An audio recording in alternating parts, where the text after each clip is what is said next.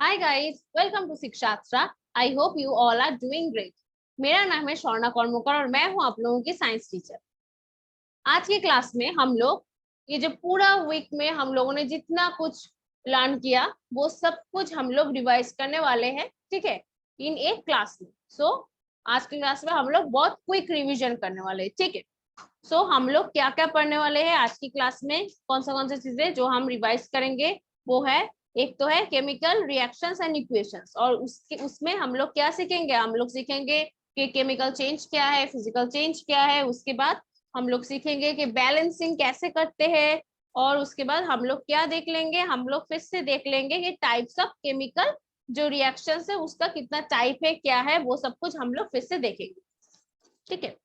और हम लोग लास्ट में क्या करेंगे, लास्ट में हम लोग मतलब इस चैप्टर की लास्ट में हम लोग कोरोजन, ट्रांजिटिविटी, इसके बारे में भी फिर से एक बार रिवाइज करेंगे। और उसके साथ साथ हम लोग जो चैप्टर 2 है, that means acid base and salt, उस चैप्टर का लाइक एसिड क्या है, बेस क्या है, उनका जो एसिड एंड बेस का जो प्रॉपर्टीज है वो प्रॉपर्टीज क्या क्या है, और एसिड बेस को मिला के सॉल्ट होता है वो कैसे होता है, उसके साथ पीएच क्या है, ये चीज हम लोग लर्न कर लेंगे, ठीक है। फिर से एक बार, so let's start our quick revision class, ठीक है। सबसे पहले तो मुझे ये चीज बताओ कि केमिकल चेंज क्या है और फिजिकल चेंज क्या है। ये चीज तो आपको पता ही है, मुझे पता है ना। जो केमिकल चेंज है वो क्या है, लाइक अगर हम लोग एसिड को ले उसके साथ हम लोग बेस का अगर रिएक्शन करवाए तो क्या होगा, तो अब सबको पता है, तो सॉल्ट होगा, उसके साथ वाटर होगा, है ना। और ये क्या है, ये केमिकल इक्वेशन है, केमिकल रिएक्शन है। और अगर हम लोग एक आइस को ले ले, आइस को हम लोग नॉर्मल टेम्परेचर में रख दिए तो ये क्या हो जाएगा, ये मेल्ट होके ये वाटर हो जाएगा, है ना। अब मुझे बताओ कि इन दोनों में से कौन सा फिजिकल चेंज है, कौन सा केमिकल चेंज है। तो आप लोग मुझे बताओगे मैम ये जो नीचे वाला है ना, आइस टू वाटर, ये तो फिजिकल चेंज है। क्यों? क्योंकि ये जो आइस है, आइस ही तो मेल्ट होके वाटर बनता है ना। और इस वाटर का जो कंपोजिशन है वो एंड आइस का कंपोजिशन तो सेम सेम ही है। और क्या, और तो हम लोग रिवर्सेबल भी कर सकते हैं ना इसको, लाइक हम ये जो वाटर है इसको फिर से हम फ्रीजर में डाल देंगे और इसे आइस बन जाएगा, है ना। ये तो हम लोग कर सकते हैं। ये क्या है, ये एक फिजिकल चेंज है। और ऊपर का जो एसिड प्लस बेस जो सॉल्ट एंड वाटर है वो क्या है, वो एक केमिकल चेंज है ना। देखो एसिड है और बेस है, इन दोनों को मिला के क्या हुआ, सॉल्ट हुआ, सॉल्ट एंड वाटर। अब ये जो सॉल्ट हुआ इसमें क्या एसिड एंड बेस, इसका क्या प्रॉपर्टीज होगा, लाइक एसिड का जो कॉम्पोजिशन है, बेस का जो कॉम्पोजिशन है, वो क्या पूरा का पूरा कॉम्पोजिशन इस सॉल्ट में आ जाएगा क्या, एक कैरेक्टरिस्टिक तो नहीं होता है ना, एकदम दो चीजें मिला के हमें एकदम तीसरा कुछ मिल गया है ना, एकदम तीसरा एसिड मिल गया, सॉरी सॉल्ट मिल गया है ना हमें एज अ प्रोडक्ट। इसका प्रॉपर्टीज अलग है और इसको तो हम रिवर्सेबल भी नहीं कर सकते है ना, लाइक इससे क्या हम लोग फिर से एक ही प्रोसेस में जाके इसे फिर से हम लोग एसिड एंड बेस में कर सकते, नहीं कर सकते ना। यही है physical change and chemical change, ठीक है। आई होप आप लोगों को क्लियर है, आप लोगों को तो पता ही है इसके बारे में। अब हम लोग क्या करने वाले हैं, अब हम लोग बैलेंसिंग सीखने वाला। बैलेंसिंग क्यों करते हैं, क्योंकि क्या जो मास है उसे क्या नहीं कर सकते हम कभी भी, उसे हम ना क्रिएट कर सकते ना हम डिस्ट्रॉय कर सकते है ना। तो ये जो इक्वेशंस का ये जो एरो है, इसका जो टेल का साइड है, टेल के साइड में जो है वो क्या है, वो रिएक्टेंस है ना, इस रिएक्टेंस एंड ये जो सॉल्ट है, सॉल्ट एंड वाटर, ये तो प्रोडक्ट है। इसका क्या, इसका जो मास है ये सब कुछ क्या होना चाहिए, सब कुछ बिल्कुल सेम सेम होना चाहिए, वरना तो लॉ ये ब्रेक कर देगा ना, पर law breaking is not allowed. हम लोग क्या करेंगे, हम लोग अब बैलेंसिंग सीखेंगे। बैलेंसिंग कैसे सीखेंगे हम लोग, बैलेंसिंग जस्ट लाइक मैं एक ले लू रिएक्शन Zn प्लस H2SO4 को ले लू, तो क्या हो जाएगा, तो ZnSO4 होगा, उसके साथ क्या होगा, उसके साथ H2O होगा, है ना। अब मुझे बताओ कि ये जो Zn plus H2SO4, ZnSO4 plus H2 हुआ, ठीक है, हाइड्रोजन गैस हो गया। अब इसका बैलेंसिंग क्या होगा, चलो वीडियो को पॉज करो और फिर से एक बार इसे अपनी कॉपी में लिखो और बैलेंसिंग करने की कोशिश करो, ठीक है। तो क्या हो जाएगा, तो हम क्या करते थे, हम लोग सबसे पहले तो रिएक्टेंस यहाँ पे लिखेंगे, और यहाँ पर प्रोडक्ट लिखेंगे हम लोग। और हम लोग क्या करेंगे, हम लोग एक एक चीज उठा के देखेंगे, है ना। लाइक जेडन को उठाएंगे, हाइड्रोजन को उठाएंगे, सल्फर को उठाएंगे, ऑक्सीजन को उठाएंगे, ये सब उठा उठा के हम लोग देखेंगे कि यहाँ पर किसका कितना है ना। लाइक किसका कितना नंबर ऑफ एटम है ना, एलिमेंट्स का।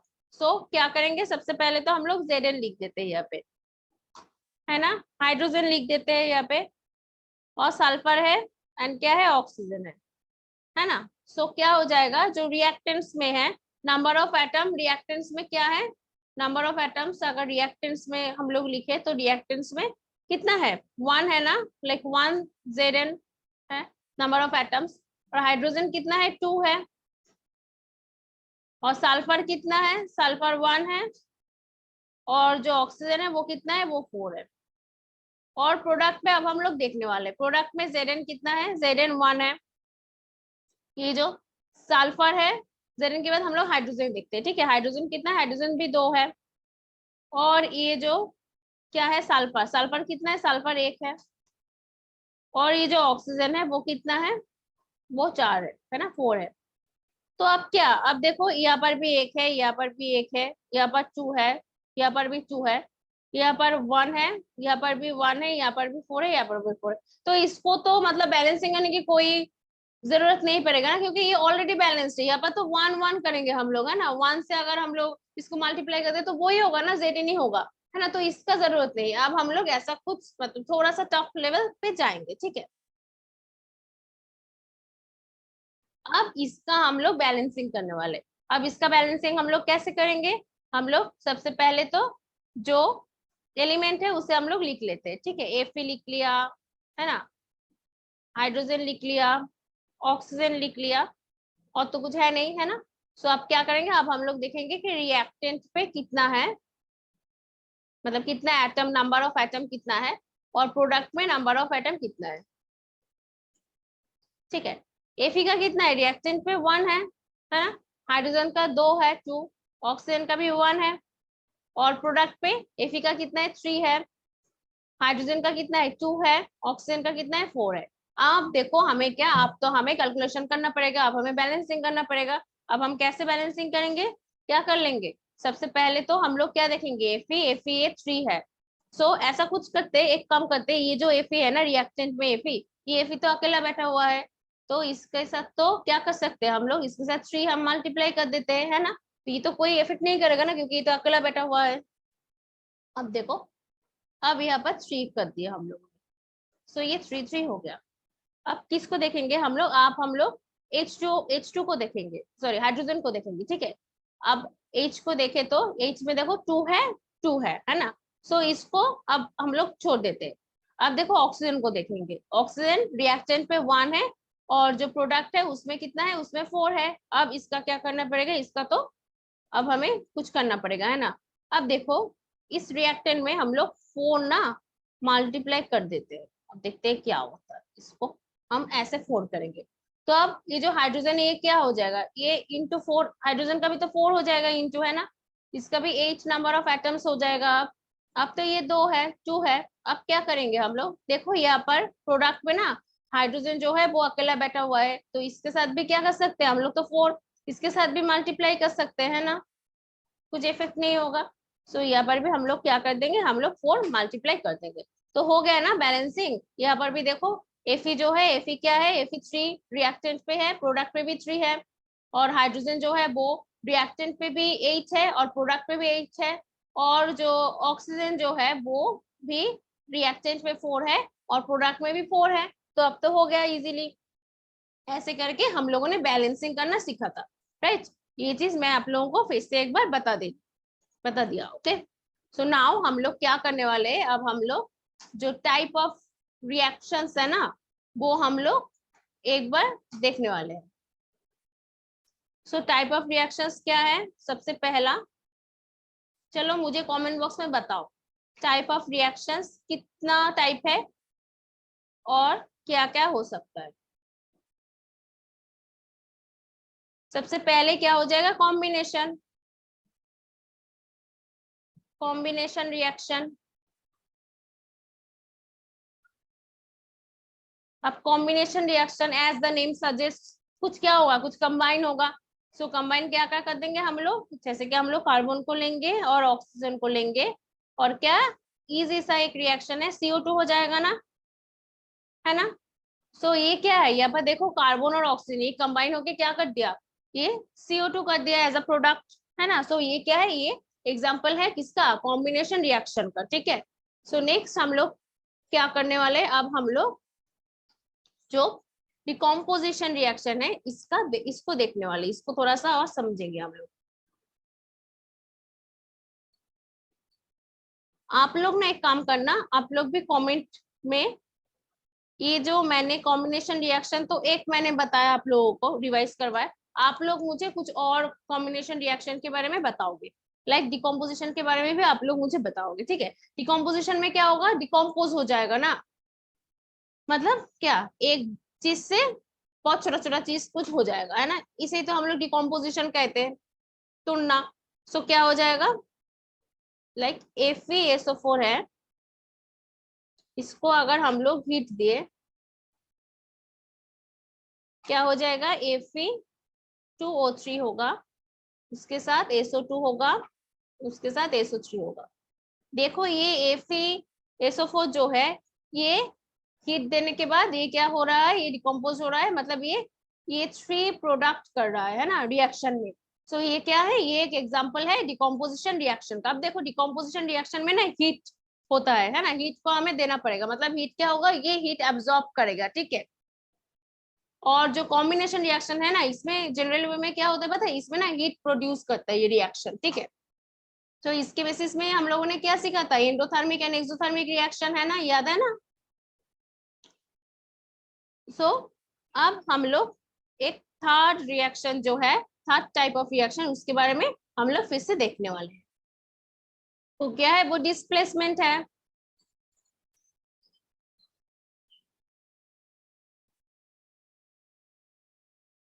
ना।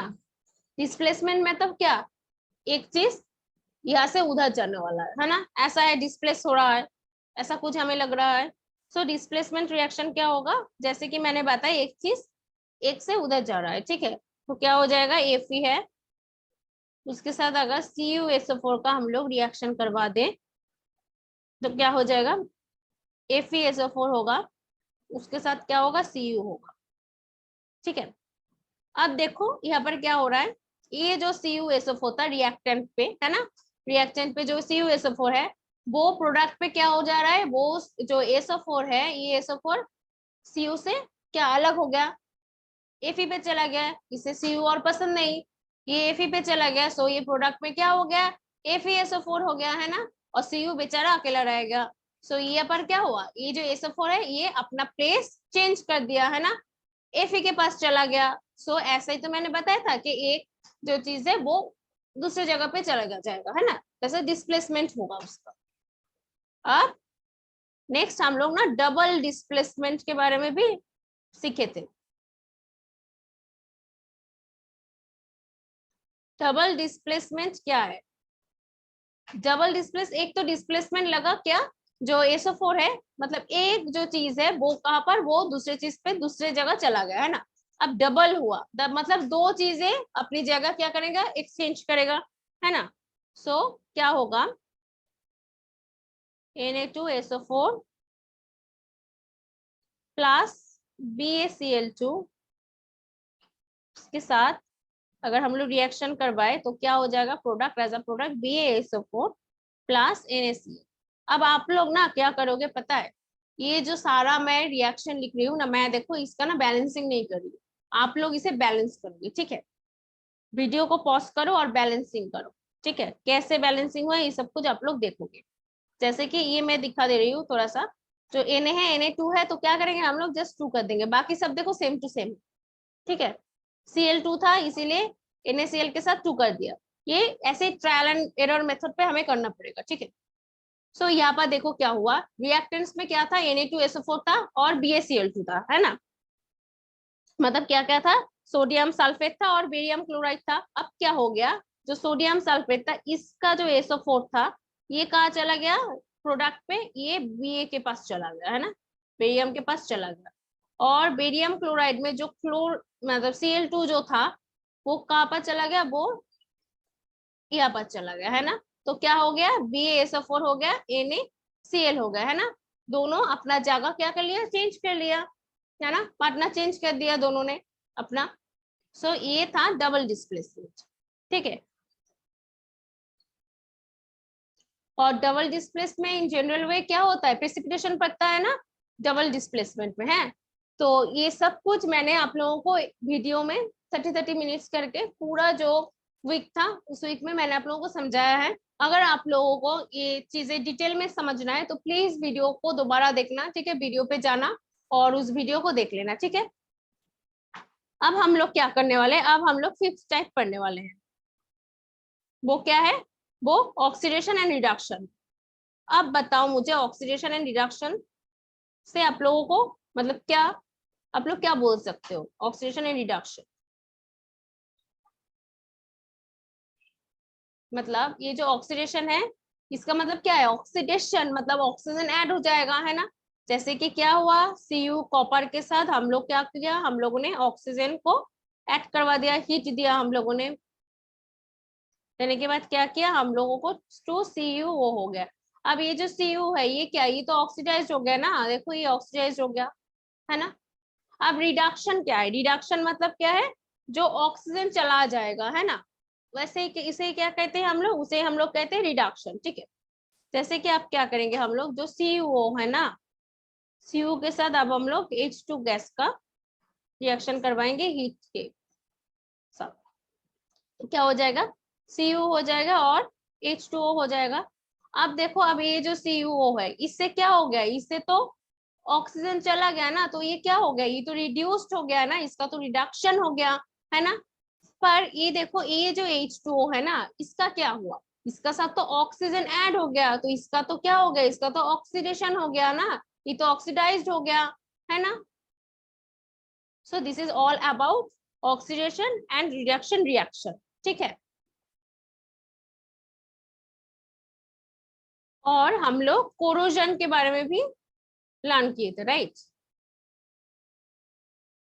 अब ये जो कोरोजन है ये क्या है, जैसे कि क्या है, जैसे कि आयरन है ना, आयरन जब नया नया आयरन होगा ना, मतलब जब न्यू न्यू होगा वो, जब आयरन पार्टिकल जब न्यू होगा तब वो क्या होगा, तब वो बहुत शाइनी सा होगा, है ना। पर धीरे धीरे क्या हो जाएगा, उसका जो कलर है उसका कलर चेंज हो जाएगा, लाइक रेडिश ब्राउन टाइप का कुछ हो जाएगा, है ना। सो ये क्यों होता है, क्योंकि वो जो आयरन पार्टिकल है वो क्या करता है, वो ऑक्सीजन के साथ रिएक्ट करता है ना, यार में जो ऑक्सीजन है उसके साथ रिएक्ट करता है और वो क्या करता है, वो कोरोजन करता है, ठीक है। इसको हम लोग क्या कहते हैं, इसके हम लोग कोरोजन कहते हैं। कोरोजन क्या करता है, बहुत डैमेज करता है, लाइक जो आयरन का जो ब्रिज है ना, उस सबका बहुत नुकसान करता है वो। उसके लिए बहुत पैसा खर्च होता है कि उसको हमें क्या करना पड़ता है, जो आयरन का जो ब्रिज है उसका जो आयरन पार्टिकल्स है, आयरन का पोर्शन है, उसे हम लोगों को बार बार उसे चेंज करना पड़ता है ना। इससे तो बहुत पैसा खर्च होता है। और तो आज ये जो कोरोजन है ये, इससे कैसे बचा जा सकता है, इसके लिए तो क्या होता है, जो आयरन है उसे क्या करते हैं, उसे पेंट कर देते हैं ना, ताकि जो पेंट, सोचो ये आयरन एक पार्टिकल है, ठीक है, इस पे हम लोग क्या कर रहे हैं, इस पे ना हम लोग पेंट कर दे रहे हो, ऐसे पेंट कर दिए, तो देखो, तो जो एयर होगा ना, एयर के कांटेक्ट में कौन आएगा, ये तो पेंट आएगा ना, ये जो पेंट के अंदर जो आयरन पार्टिकल है वो तो नहीं आएगा, है ना। सो वो कोरोजन भी नहीं होगा, वो ऑक्सीजन के साथ रिएक्ट भी नहीं कर पाएगा, ठीक है। सो इसके थ्रू हम लोग कोरोजन से बच सकते हैं, ठीक है। और नेक्स्ट हम लोग देखेंगे रेंसिडिटी।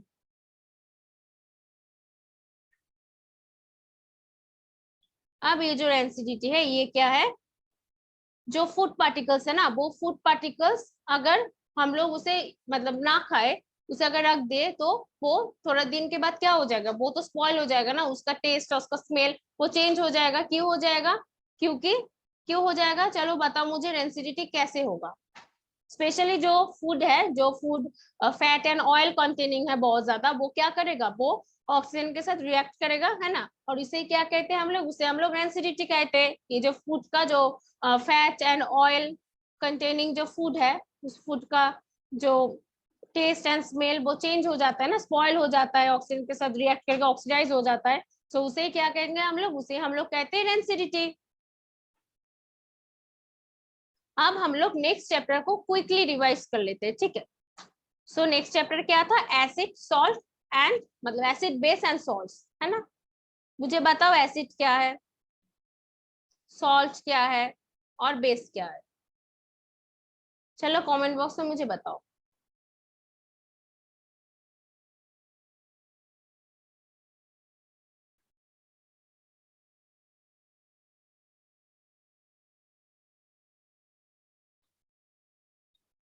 सो एसिड क्या होता है, एसिड जो एक्वस सॉल्यूशन में जो क्या करेगा, जो H+ आयन और प्रोटोन को डोनेट करेगा, है ना, प्रोटोन डोनेट करेगा। कौन करेगा, एसिड करेगा। और बेस क्या करेगा, बेस जो एक्वस सॉल्यूशन है उसमें वो प्रोटोन को एक्सेप्ट करेगा, है ना। और क्या कर सकते हैं, वो OH- जो आयन है उसे भी वो मतलब दे सकते हैं ना, डिसोसिएट होकर OH- आयन देगा। और सॉल्ट कैसे होगा, सॉल्ट तो कैसे होगा, एसिड और बेस उसका रिएक्शन करवाए तो क्या हो जाएगा, सॉल्ट होगा प्लस वाटर होगा, जैसे कि NaCl सॉल्ट, है ना, कॉमन सॉल्ट है वो सॉल्ट। अब हम लोग कैसे समझे कि कौन एसिड है कौन सा बेस है, इसके लिए क्या है, इसके लिए इंडिकेटर है हमारा। अब जो इंडिकेटर है, ये इंडिकेटर क्या है, मतलब एक एग्जांपल क्या है, एक एग्जांपल है क्या, लिटमस। अब ये जो लिटमस है, ये लिटमस कैसे होता है, ये लिटमस हम लोग लाइकेन से एक्सट्रैक्ट करते हैं, है ना। अब ये लिटमस क्या करता है, लिटमस लाइक अगर एसिड होगा तो ये क्या करेगा, तो जो ब्लू लिटमस है वो ब्लू लिटमस रेड हो जाएगा, है ना, ब्लू लिटमस को रेड करेगा। और अगर बेस होगा तो वो क्या करेगा, वो जो रेड लिटमस है उसे क्या करेगा, उसे ब्लू करेगा, है ना। ऐसे हम लोगों को पता चल सकता है ना कि क्या है, जो इंडिकेटर के थ्रू कि वो एसिड है, सॉल्यूशन एसिड है या फिर बेस है। और किससे हमें पता चल सकता है, हमें ऐसा भी कुछ मतलब है जिसे हम लोग क्या कहते हैं, जिसे हम लोग ऑल्फैक्टरी कहते हैं ना, ऑल्फैक्टरी इंडिकेटर कहते हैं। उससे थ्रू क्या होता है, जो ओडर चेंज होता है, ओडर चेंज होता है उसके थ्रू हमें पता चलता है कि क्या है, एसिड है, बेस है या फिर क्या है, ठीक है। तो ऑल्फैक्टरी इंडिकेटर जो होता है उसका एग्जाम्पल क्या हो सकता है, चलो बताओ मुझे।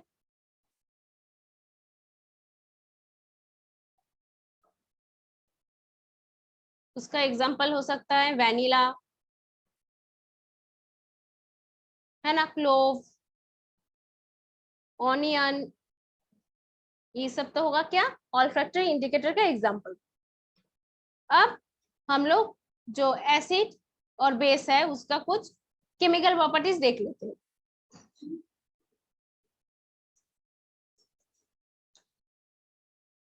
केमिकल प्रॉपर्टीज का मतलब ही क्या है, मतलब वो किसके साथ किस तरह के रिएक्शन करेगा, है ना।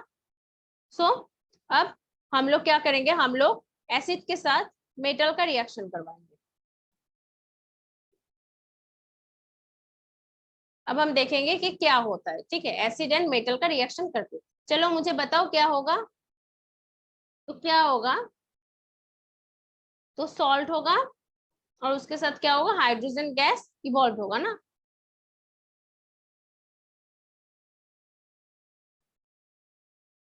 ठीक है। और अगर बेस के साथ भी हम लोग क्या करेंगे, मेटल का रिएक्शन करेंगे, तब भी क्या होगा, तब भी सॉल्ट होगा प्लस हाइड्रोजन गैस होगा।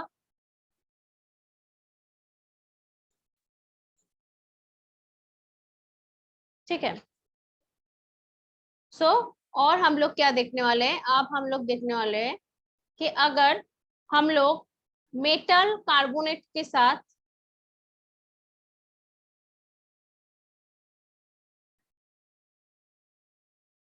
अगर हम लोग क्या करेंगे, मेटल कार्बोनेट के साथ अगर हम लोग जो एसिड है उसका अगर रिएक्शन करें तो क्या होगा, तो क्या होगा, तब भी तो क्या होगा, सॉल्ट होगा ना, प्लस क्या होगा, प्लस CO2 होगा, लाइक कार्बन डाइऑक्साइड होगा, है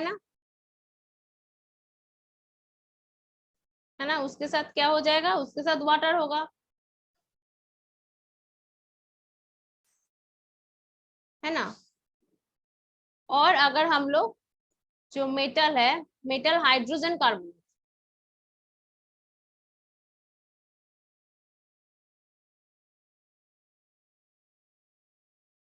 अब मेटल हाइड्रोजन कार्बोनेट के साथ अगर हम लोगों ने क्या किया, हम लोगों ने ना एसिड का रिएक्शन करवा दिया, तो क्या होगा, तो मैं ये नीचे लिख रही हूँ, यहाँ पर भी क्या होगा, सॉल्ट होगा, प्लस CO2 होगा, कार्बन डाइऑक्साइड होगा, उसके साथ क्या होगा, वाटर होगा, है ना,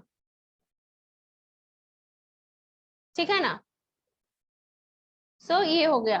तो हम लोग मतलब एक रिएक्शन में अगर इन दोनों को लाए तो क्या लिख सकते हैं हम लोग कि मेटल कार्बोनेट और मेटल हाइड्रोजन कार्बोनेट,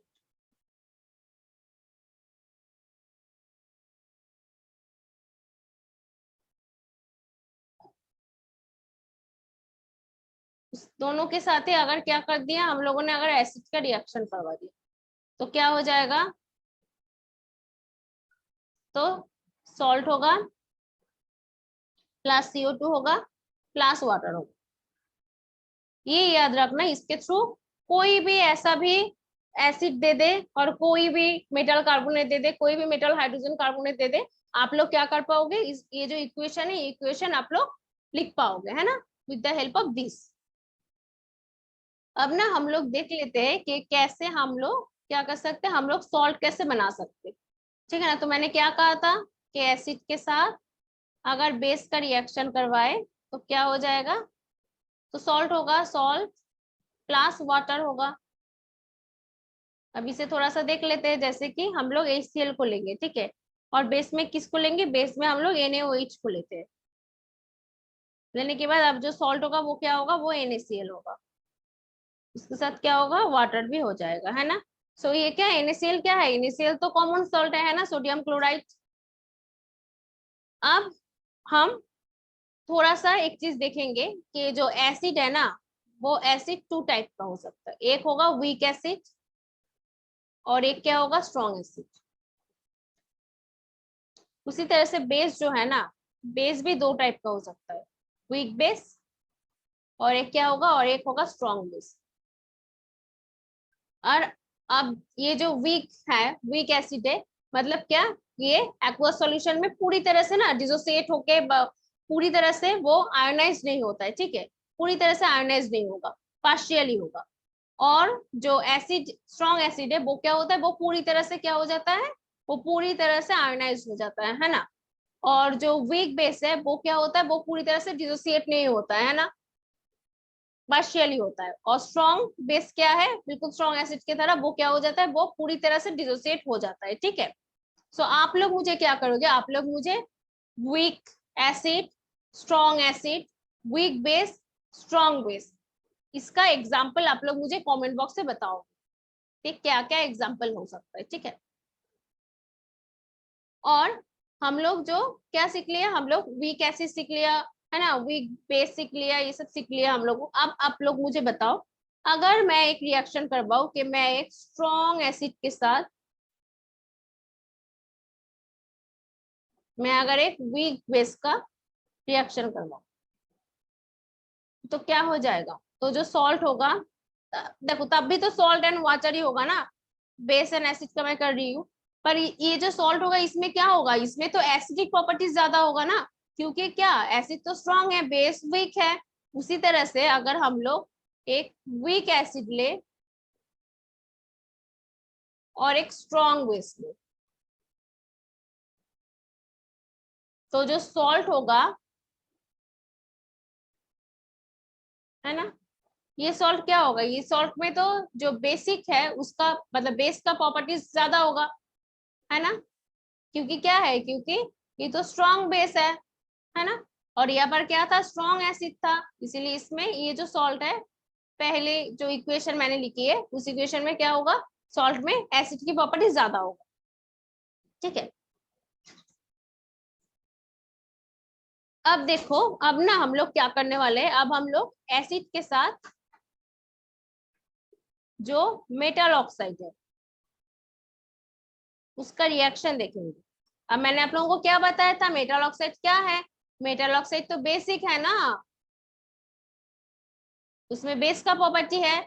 तब अब वो बेस का प्रॉपर्टी का कुछ उसके साथ एसिड रिएक्शन करेगा तो क्या होगा, ऑब्वियसली सॉल्ट होगा, है ना, इजी है। उसके साथ क्या होगा, उसके साथ ऑब्वियसली वाटर हो जाएगा। और अगर हम लोग अब क्या देखेंगे, अब हम लोग जो नॉन मेटल का जो ऑक्साइड है उसके साथ किसका देखेंगे, बेस का देखेंगे। अब देखो, जो नॉन मेटल ऑक्साइड है ना, जैसे कि क्या, कार्बन डाइऑक्साइड, वो क्या करता है, वो एसिडिक प्रॉपर्टी शो करता है ना। सो तब क्या होगा, अभी यहाँ पे क्या हो जाएगा, सॉल्ट हो जाएगा, प्लस क्या होगा, वाटर होगा। ठीक है, नेक्स्ट हम लोग पढ़ने वाले हैं किसके बारे में, हम लोग पढ़ने वाले पीएच के बारे में, कि पीएच क्या है। अब तो हम लोग बोल रहे थे कि स्ट्रॉन्ग एसिड है, वीक बेस है, वीक एसिड है ना। तो ये सब कुछ हमें कैसे पता चला, देखो इंडिकेटर के थ्रू हमें तो ये चीज पता चल रहा है कि ये सॉल्यूशन एसिड है या बेस है। अब ये कितना स्ट्रॉन्ग है, ये चीज कैसे पता चलेगा, ये पता चलेगा हमें पीएच स्केल से, है ना। अब पीएच स्केल है, क्या है, पीएच स्केल है, एक स्केल है जो क्या मेजर करता है कि एक सॉल्यूशन में कितना कॉन्सेंट्रेशन ऑफ हाइड्रोजन आयन है, ये वो मेजर करता है। ठीक है, सो अगर ये पीएच स्केल होगा, इसका ऐसे यहाँ पर क्या होता है, 0 होता है, और एकदम लास्ट में क्या होता है, वहां पर 14 होता है ना, बीच में 7 होता है। अगर 7 है तो क्या है, वो न्यूट्रल है। ठीक है, वो तो ना एसिड की प्रॉपर्टी दिखा रहा है ना बेस की प्रॉपर्टी शो कर रहा है। ठीक है, वो न्यूट्रल है। और जितना इधर जितना जाएगा 0 की तरफ, उतना क्या होगा, एसिड की जो प्रॉपर्टी है वो इंक्रीज करेगा। ठीक है, एसिड प्रॉपर्टीज। ठीक है, जितना इधर से इधर जाएगा उतना क्या होगा, बेस की जो प्रॉपर्टीज है वो क्या हो जाएगा, वो इंक्रीज करेगा, है ना। ठीक है, सो इसके थ्रू हम लोगों को पता चलता है कि कौन सा एसिड कितना ज्यादा स्ट्रॉन्ग है, कौन सा बेस कितना ज्यादा स्ट्रॉन्ग है। ठीक है, आप लोग मुझे बताओगे कि ऐसा एक एसिड के नाम बताओगे जो बहुत स्ट्रॉन्ग है और उसका पीएच कितना है, और ऐसा एक बेस का नाम बताओगे जो बहुत स्ट्रॉन्ग है, उसका पीएच कितना है। ठीक है, मैंने आप लोगों को बताया था ये वीडियो, मतलब जब हम लोगों ने पूरा डिटेल में ये क्लास किया था तब हम लोगों को ये सब कुछ, मैंने आप लोगों को सब कुछ बताया था। ठीक है, आप लोग अब बताओगे मुझे। अब ये जो पीएच है ना, पीएच का क्या एवरीडे लाइफ में क्या इंपॉर्टेंस है। ठीक है, अब क्या इंपॉर्टेंस है,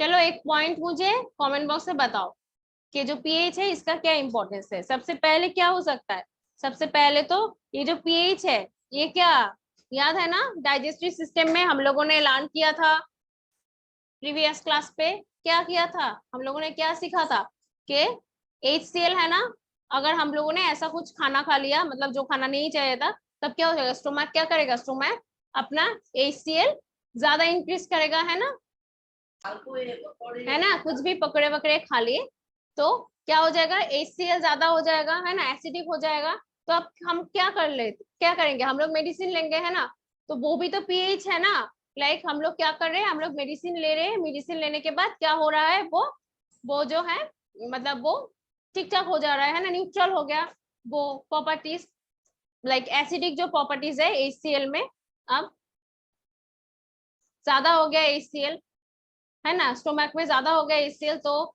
उसका एसिडिक प्रॉपर्टीज बहुत ज्यादा हो गया। तो उसके साथ हम लोग कुछ मेडिसिन लेंगे जिसके लिए क्या हो जाएगा, इसका जो एसिडिक प्रॉपर्टीज है वो कम हो जाए।